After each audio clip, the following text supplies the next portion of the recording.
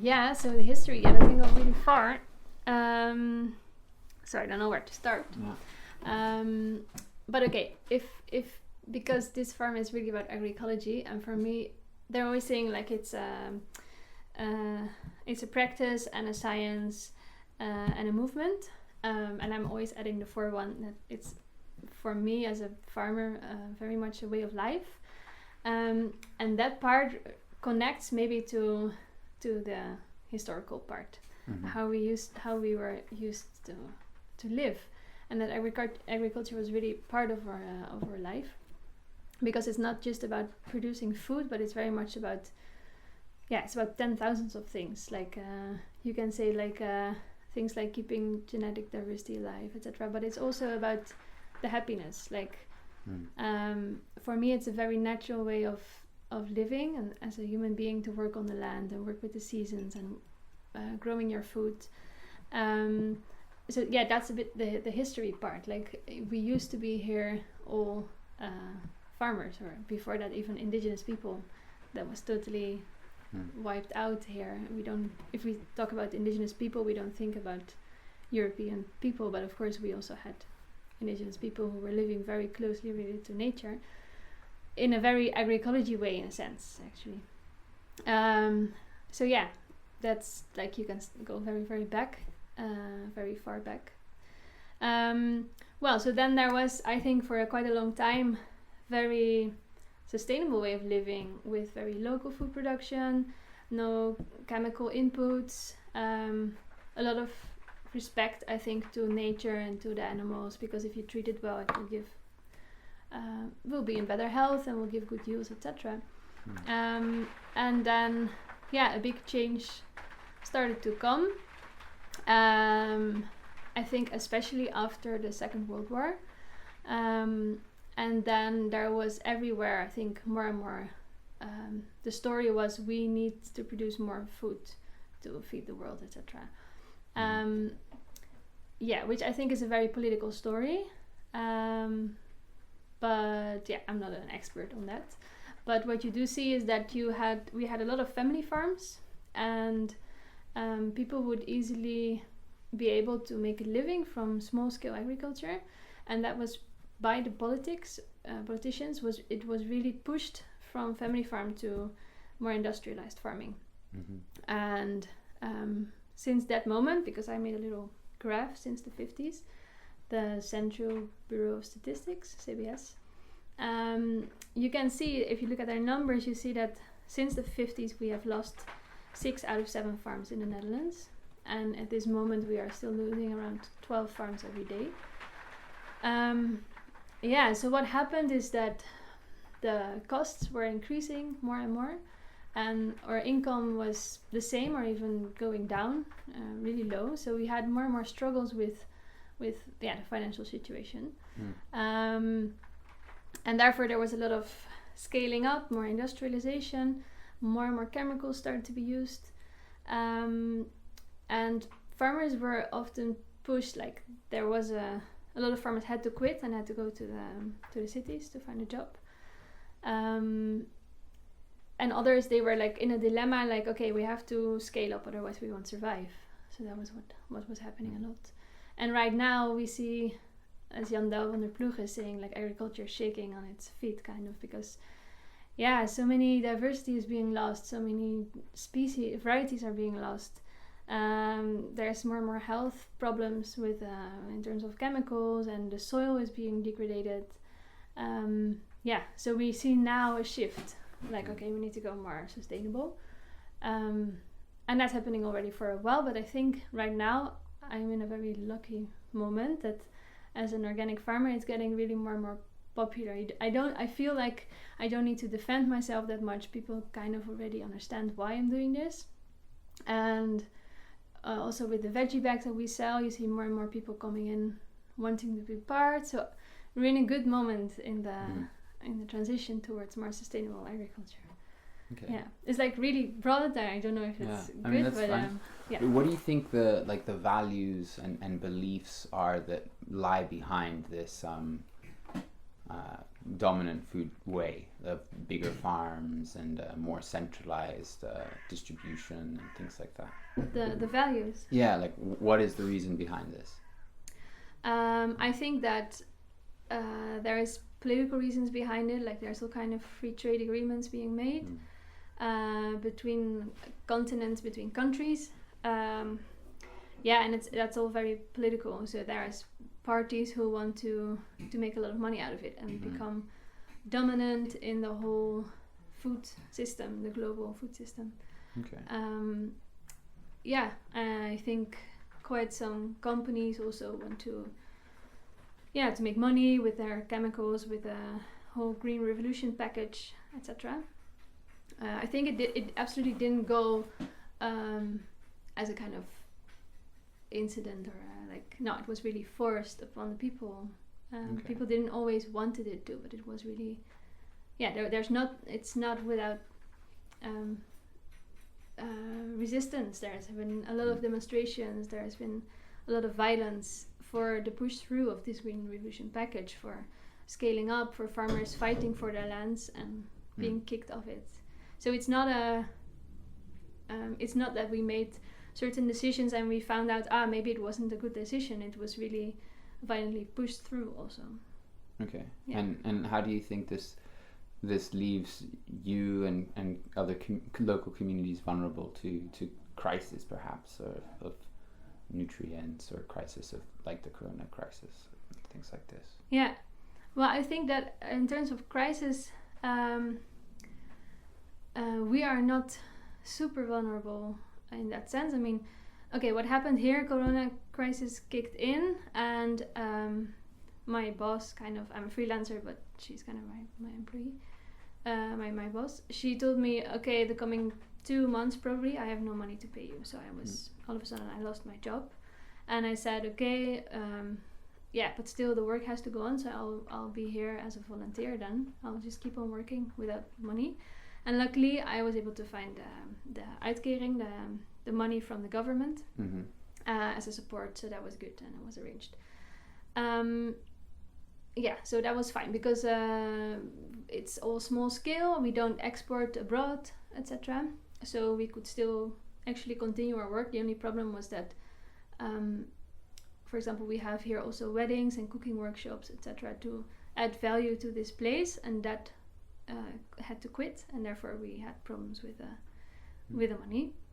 But things like now, what's happening everywhere across the Netherlands is that, for example, potato farmers are dumping their potatoes in huge piles, and people can come and etc. All these actions are being done, and that's because they are really dependent on export to other countries, and when that drops down because of a crisis, or because maybe there will be an energy crisis and transport will be much more expensive, we are totally not too vulnerable to that, because our market is very local. It's in neighboring villages. So in that sense, I feel as a small scale agricultural farm, you are more resilient. Also, when it comes down to climate change, we don't have one monoculture that might be lost because of drought. We have 450 varieties, so that means if we lose a few because of climate change crisis, then we have many others to harvest. So I feel we are quite resilient in that sense. We don't depend on the banks. For example, we have no loan. Most of the farmers have huge loans and huge debts, and they are totally dictated by the banks, whatever way they have to go, and they cannot make their own decisions, but we can, because we don't have any debt.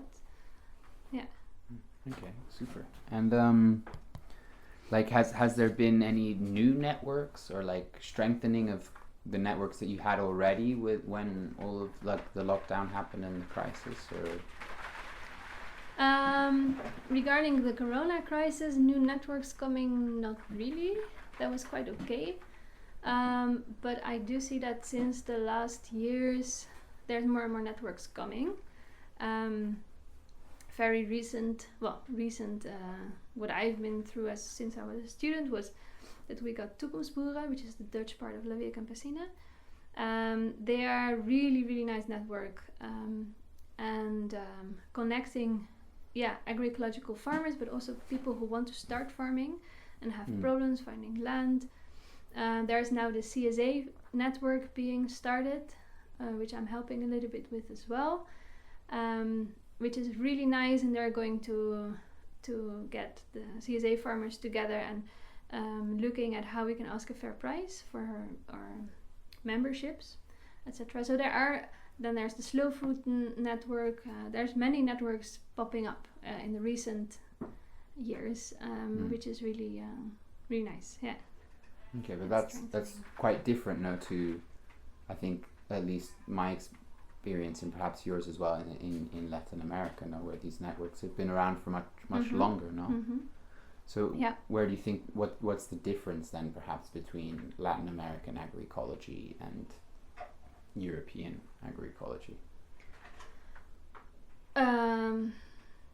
I think I'm not in a position to answer that because I have been through some agroecology things in Latin America, and I know a bit about La Via Campesina, but I haven't really been studying that. So then, I can only share my experience about the few things that I know. Okay.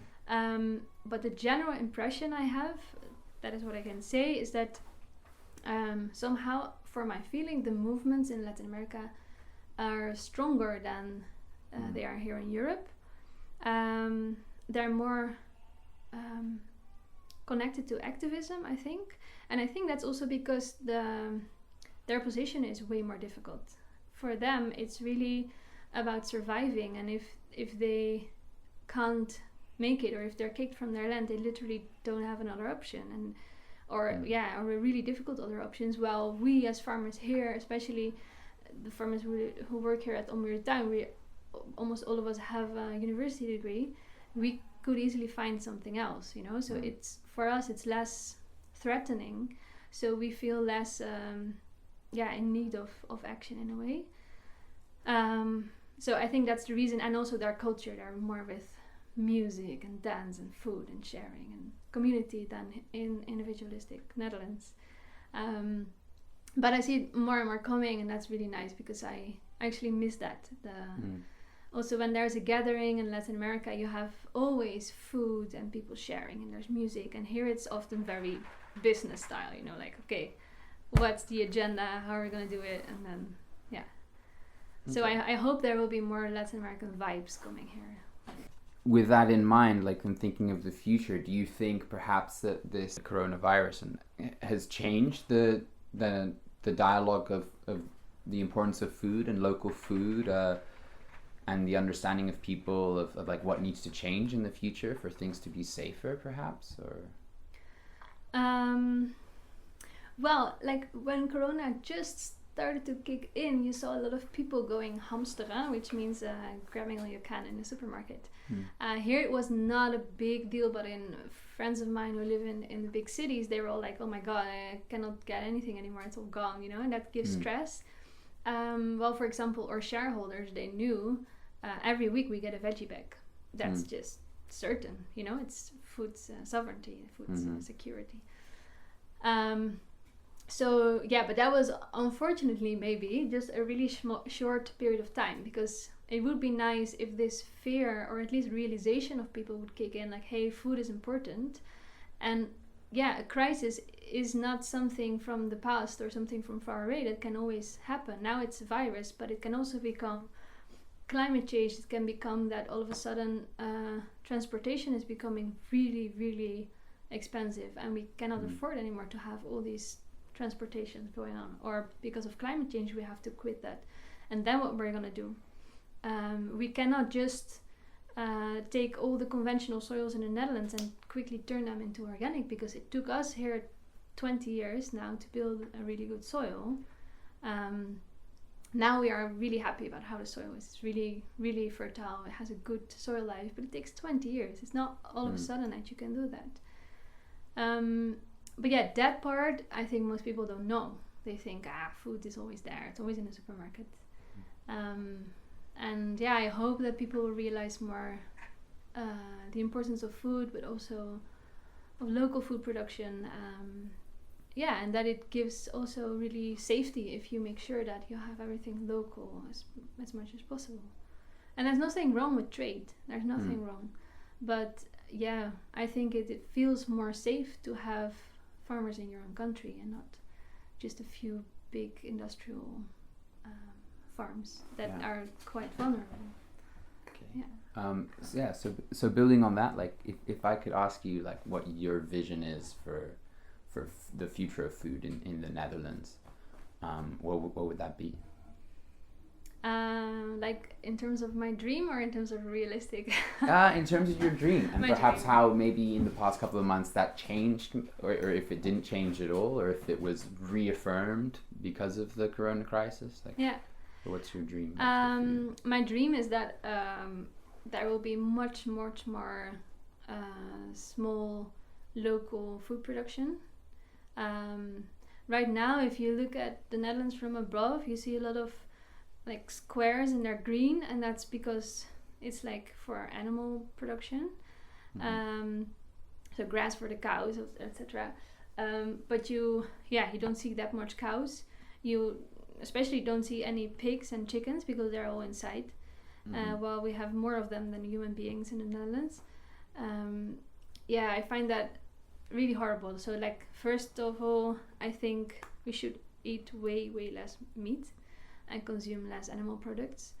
I'm not saying we all have to turn vegan, but we should really change our diet to a more sustainable way, like it was in the past. Like for my grandparents, chicken was also something special. We didn't eat it every day. And then more vegetable production. Now you see so many hectares of meadow, which is for with grass for the cattle, or there is corn for the cattle, or there is sugar beets for the cattle. I want to see more like places like this with a lot of different varieties of vegetables to feed the human beings, and less feeding animals that we then eat and export, so more really local food production. No more chemical input because we don't need it. We can really, this garden is an example. We're not using any chemicals to kill weeds or pests or whatever.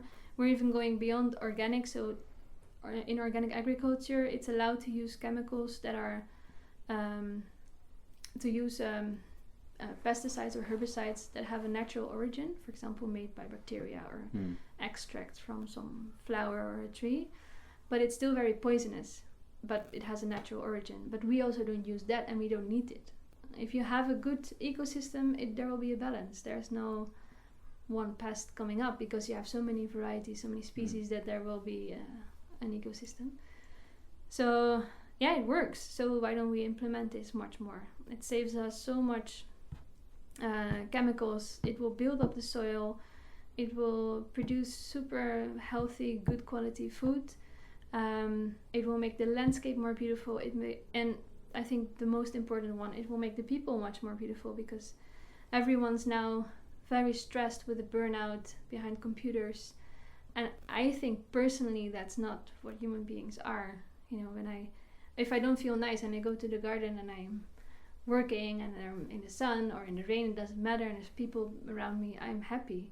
And work is like 30, 40, 50 hours a week of your life, so that better be good, no? And I see so many people throwing their lives away because they are really unhappy with what they do in an office, doing a job that they don't really care about. And so for me, actually the most important part, and that's again agroecology as a way of life, is that it's also really about being happy and being together as people. We like to communicate and to work together and to be outside, and I really hope that can take a much bigger place in the Netherlands again. It's really connecting. So is that maybe somewhere where you think that Latin America, that you've seen it's more of a way of life, it's more of this being in the field, whereas here it's less of that? Or I mean the Netherlands is hyper modern country and very individualistic, which is our culture. But I also know a lot of people feeling lonely, feeling isolated, feeling lost. If I now speak with friends of me who have my age, around in their 30s, and are looking for a job, and they say, like the jobs we can find is going to give me a burnout within a few years.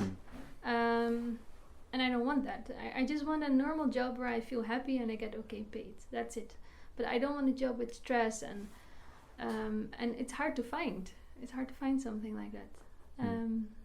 So yeah, places like this, if we all buy more local, it also creates so much more nice jobs that are made for human beings. We are not made to sit behind a computer all the time. You know, it's like some people may like it, but most of the people will get health problems and stressed and burnout, and it's a pity. Yeah. Okay, and so now we spoke about your ideal food system. How do you think, or how would you theorize that we could get to that point, or if it's even possible, or how can things change to get there? Yeah, well, it's very well possible. I think the big challenge that we have is two things. One is access to land, because land is incredibly expensive. It's 1 hectare costs around 80,000 euros in the Netherlands. There's even places where they are sold for 120,000 euros. And then you have to make a living as a farmer. Well, that's like I'm earning right now half of the minimum wage. So imagine if I have to buy that. So that is one thing. And Toekomstboeren is working on that access to land part.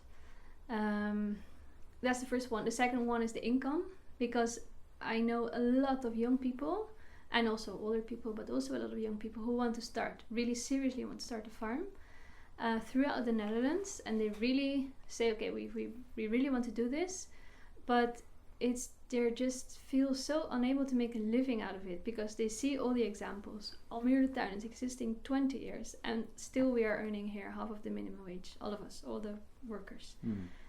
Yeah, that's quite discouraging, so and that's a project I'm working on, is how can we find a way to get a fair income, because if we get a fair income, then it gives much more space to people who want to start farming to actually start. An example is what we're doing now with solidarity payment. Other examples are, for example, herenboeren. That's a concept where actually the farmer doesn't start a farm, but a group of people start a farm. They all put in money, and then they have a big starting capital. And with that money, they can rent the land, they can buy a shed, they can buy machines, and they pay a farmer to work for them, and they give him wage. So in these ways, if we carry it all together, and if we are starting to see the real value of food, because it's way too cheap, then it's possible. And I think it is, because, for example, in Almere time, we start to be more transparent about how much time it takes us to make food, to make a veggie bag, and then we say this is the minimum wage, because we don't only have to pay our rent, but also pay the costs and have a pension and have money for insurance. And people are really willing to pay, but we have to also be honest about how much we need and how much food actually costs. And then it's possible for sure. Well, there are people who are trying to change the political power, in a sense, being part of political parties or go to The Hague and protest or stuff like that. And I think we all need our own way. For me, I don't want to go there, because for me it takes a lot of energy and very little change, and I don't believe too much in our politicians, in our no, I don't think the change will come there, but I do really like it that some people do believe in it and they do go that way. And I think if we all go, like some people kind of attacking that part, some people focusing on changing things in practice, like I'm doing, other people trying to change education, all these things. So if we all have different angles and together, I think it's a good force. Yeah. Okay. For sure. Yeah. Super. Yeah, because I mean, at least one thing I've noticed it was definitely perhaps the people I was interviewing in Puerto Rico, but they expected zero help from the government, and perhaps that's also because it's colonial state under the power of the U.S. So there those solutions of lobbying for a better wage or like just weren't on the table. So there's like other ways, but that's so interesting. For me, it's a bit the same. Like I'm not getting regarding farming. I'm not getting any help from the government. Although they say that we need more kringlooplandbouw, so circular agriculture, and more biodiversity, and more young farmers, and etc. They say a lot, but they don't help in practice. And I don't see that happening a lot either. Actually, there are subsidies, but when you look into it, it's only for if you have a lot of hectares, for example. It's like they talk nice, but in practical, no. But still, I think it's good that people keep an eye on that as well and try to change that, because who knows, it might work. But for me personally, I don't believe in it strongly. No. Okay, I mean, I have one last question, I think, which would be, I mean, you mentioned crisis and that almost that this crisis wasn't enough of a crisis or something. Like, can you expand more on that, or like the possible, like what do you think needs to really happen for people to have a new imagination of what needs to be done, or like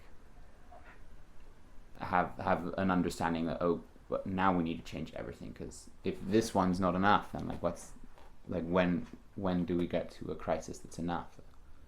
Well, a crisis is a between brackets a good way to make a change. Naomi Klein is talking about the shock doctrine, for example, which is often how crises are being used to push through things that we are not in favor of. But of course, it can also be something we are in favor of. But change doesn't necessarily come from crisis. It can also be more awareness. It can also be, in a sense, it's a crisis that I know so many people of my age who should be in the moment of life, in their full energy and full joy, and they're all sitting down at home with burnout, and they're depressed and they can't sleep, and they have antidepressant medication, and that's also a kind of crisis, and then that takes some time. If you are in a burnout, it takes you 2 years to get out of it. That's a lot of time to think, like, what the hell do I actually want with my life? Am I, so I also see a lot of people going through such a crisis, which is very personal, but then after that they often make a change. Or we have here in the Almere de Tuin also quite some people who have problems with, depression or burnout, and they come here to recover, and they say, it's actually good for me to be part of agriculture and to work outside, to not have stress, but to have a more easygoing work. Or so I mean, there could be a horrible crisis, and then out of necessity we need to really go focus on local food production. That could be, but I hope we don't need that. I hope it can come more gradual, but it should be soon, because we don't have endless time, of course. No. So you're doing the agroecology course now here in Almere de Tuin, which obviously was cancelled because of the corona. Yeah. The corona. But I mean, putting that into perspective, like with Europe as a whole, or with this new, like, the European branch of La Via Campesina, like what is trying to be done with this course and with growing the European network of La Via Campesina and things like that? Well, so we have 2 courses. One is the English masterclass. That's 1 week, and that is really focused on actually the students of the University of Wageningen, because many of them, including me when I was a student, we were complaining like, we have to learn about organic agriculture or about rural sociology, and when we're graduated we don't know anything from the practice. So how can we work with farmers? How can we advise farmers, which is what we should do when we are graduated, but we don't know any practical things. So it's kind of arrogant to go with your university degree to the field and say, hey, I know what to do. It would be, it's so weird. And we wanted to start this masterclass to bridge that gap, between practice and science. And that's really nice. Also with the farm experience internship, that's working really good, and students are really happy with that. And then there's the Dutch course, and that is really focused on, that's more, we go much more in depth and it's longer. And that is really because there is no, as far as I know, no agroecology in practice course in the Netherlands that really says, hey, we're not gonna read you things out of books that are written, but we're really gonna talk about the knowledge that we faced and we learned for the past 20 years that Esther had, and I'm working here 6 years now. And we combine that with theory that we learned, but we really focus on the practical side, so that people who want to start an agroecology farm can do that. And then there's the challenge of the money, the income, and the access to land, but at least the access to knowledge, the practical knowledge, what we are losing because we are not living anymore on farms where knowledge is passed on from generation to generation. We hope to fulfill that little part. And every year until now it's full. We always have to cancel people. So there is really a big group of people who really wants to, in such a modern country as the Netherlands, with so many industrial agriculture, so many people want to totally go against it. And it's not just Wageningen. People who participate in our course, they come from everywhere in the Netherlands. Some of them drive 2 hours to come here. Like we were amazed by that. To show that, to give them the practical knowledge, also to motivate them, like, hey, it's not a weird dream that you have. You can actually do it. Look at us, we also do it, and all your classmates are going to do it. So every year we have 20 people, and that's also a little movement, right? Because they keep in touch and they're like, hey, do you know what is this disease, or hey, how do you do this? So they keep in touch, and they have each other, so it's also support. And that is what is also the strength of La Via Campesina, because that is then here in the Netherlands. But when I'm at a La Via Campesina meeting and I meet my colleagues from around the world, it's super empowering. We all have our same challenges, like access to land, and which is different, because in Latin America you are killed sometimes, and here we're not luckily killed to get us away from our land, but we feel each other, we understand each other. And, that's super motivating, especially when you are sometimes in the middle of nowhere. Like, we are here farming close to a city, but when you would be farther away, it can feel isolated and alone maybe. And then these movements are really important to feel part of a really big family, a worldwide family actually, and people who understand you and feel you and have the same challenges. So that's really strengthening.